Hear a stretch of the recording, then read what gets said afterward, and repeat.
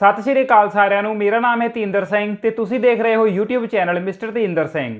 दोस्तों पिछले कुछ दिनों तो आप रोड साइन के उत्ते वीडियो बना रहे हाँ तो अज भी उस दे नाल रिलेटेड पार्ट चौथा है। दोस्तों पहली वीडियो दे विच आपां कॉशनरी साइन के बारे जानिया सी, दूजी दे विच आपां मैंडेटरी अते रेगुलेटरी साइन के बारे जानिया सी, तीजी दे विच आपां इनफॉर्मेशन साइन के बारे जानिया सी। ते दोस्तों अज अपनी चौथी वीडियो है तो अज आपां इस वीडियो दे विच कंपलैक्सरी डायरैक्शन कंट्रोल के बारे जाणांगे। दोस्तों ये साइन जानने तो पहला अगर तुसी साडा ये चैनल हजे तक सबसक्राइब नहीं किया तो इसनूं छेती ही कर लवो, क्योंकि असीं इस चैनल दे विच तुहाडे लई पंजाबी भाषा दे विच वीडियो लैके आउंदे रहिंदे हां। दोस्तों अगर तुहानूं साडीआं वीडियो पसंद आउंदियां हन तां इन्हां नूं लाइक ते शेयर करना बिल्कुल भी ना भुल्लना। तो चलो दोस्तों हुण आपां वारी वारी इन्हां साइनां दे बारे जाणदे हां। दोस्तों कंपलैक्सरी साइन नूं आपां फॉलो करना ही हुंदा है। ये जो भी डायरैक्शन दस्सण आपां नूं उह डायरैक्शन नूं फॉलो करना ही पवेगा। तो चलो दोस्तों हुण आपां जाणदे हां ये वाले साइन किहड़े अते किद्दां दे हुंदे हन। दोस्तों ये वाले साइन भी तुहानूं ब्लू कलर दे विच देखण नूं मिलणगे। दोस्तों हुण तुसीं जो दो रोड साइन देख रहे हो इन्हां विचों पहले दा नाम है टर्न लैफ्ट अते दूसरे दा नाम है टर्न राइट। दोस्तों इन्हां दा पंजाबी विच मतलब बनदा है खब्बे मुड़ना जां सज्जे मुड़ना। दोस्तों जिथे भी तुहानूं ये वाला रोड साइन देखण नूं मिले इसका मतलब होवेगा कि तुसीं खब्बे जां सज्जे मुड़ना ही है। जिस दिशा वाल नूं ये वाला साइन इशारा करे उस दिशा वाल नूं मुड़ना ही हुंदा है।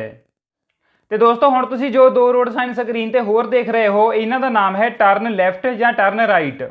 दोस्तों इस साइन का पंजाबी विच मतलब है मुड़ना। दोस्तों बाकी तुसीं मौके ते देख लेना ये साइन तुहानूं किस ओर दा इशारा करदा है, सज्जे मुड़ना जां खब्बे मुड़ना, ये तुसीं हुण मौके ते देख लेना।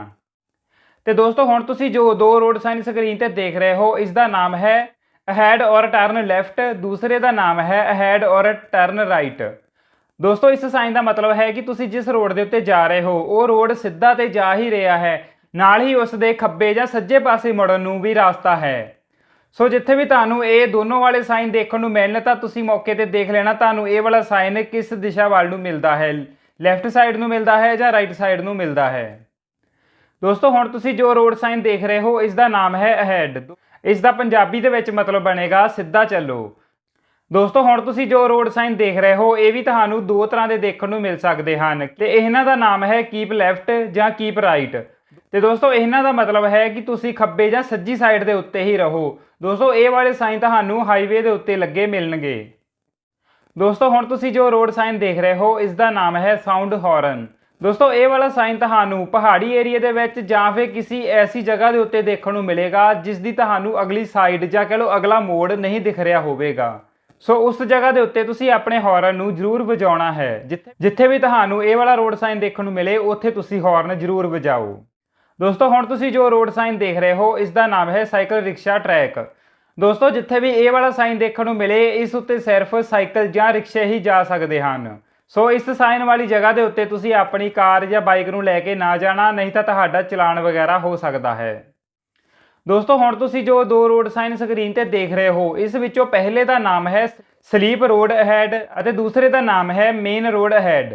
दोस्तों इन्हां दोनों रोड साइनां का मतलब सेम ही है कि अगले पासे दो मेन रोड लिंक हो रहे हैं। तो दोस्तों हुण तुसीं जो रोड साइन देख रहे हो इसका नाम है पेट्रीशियन ओनली। दोस्तों इस साइन वाली जगह के उत्ते सिर्फ पैदल यात्री ही जा सकते हैं।